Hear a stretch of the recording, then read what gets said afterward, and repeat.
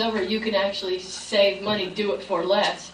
And the other thing they said that I liked was that they don't believe in going for LEED Silver certification just to get the certification. There are all kinds of different things you can do. A lot of those points can be done for no cost. So their point was, don't go for LEED to say LEED. Go for the things that make sense, that are going to save you money in the long run. And they were able to break down very specifically. Their presentation had charts to how much money they actually saved school, and it was phenomenal. And all the companies said that to an extent.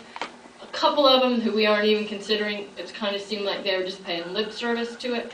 But these guys, more specifically than anyone, showed numbers and hard facts, and it was incredible the amount of savings from their design that can be achieved over time.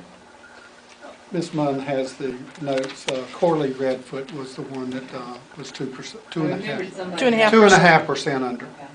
On average. And these guys, I think, said 5. And they gave some specific numbers. One school was 8.2 million under budget. It was different. It was by no means standard across the board. The average is 5. Well, I was just going to add from experience at Duke with the French Science Building, it's okay to shoot for getting gold certifications, meeting certain standards, but it can get expensive to get that gold certification. And that's They not know we have right. a budget that we have to. Yeah, they're well aware of our budget. And I don't think any of us really have a concern that if we hired them, it would be I mean, the way he put it to us is you'd be amazed what we have put into school in your budget. I think we're all satisfied in that. The sticking point seems to be that Virginia firm, when we first heard the presentation, we somehow got in our minds it was a collaboration.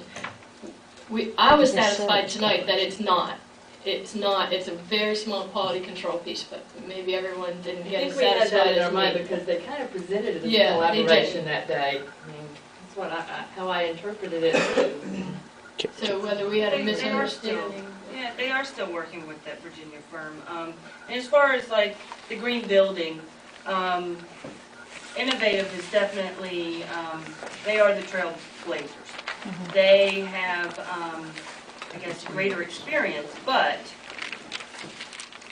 these other companies have learned from them. They take some of their initiatives and include it into their design. And Cherry Huffman built the first LEED Silver high school in Wake County, and they have been dedicated to green building measures since the early 1990s. So I think all of we're these going to get firms. our environmental design with any, and it may be better with one or the other. And Innovative did do a very impressive presentation. I would have felt better if, since they're saying, okay, the Virginia firm is only a consultant, I would have felt better if they had built high school. They said, we offered them the opportunity to cooperate with another local, and by local I mean a North Carolina firm, and do away with the Virginia firm, I guess, or use them in whatever other capacity they wanted to.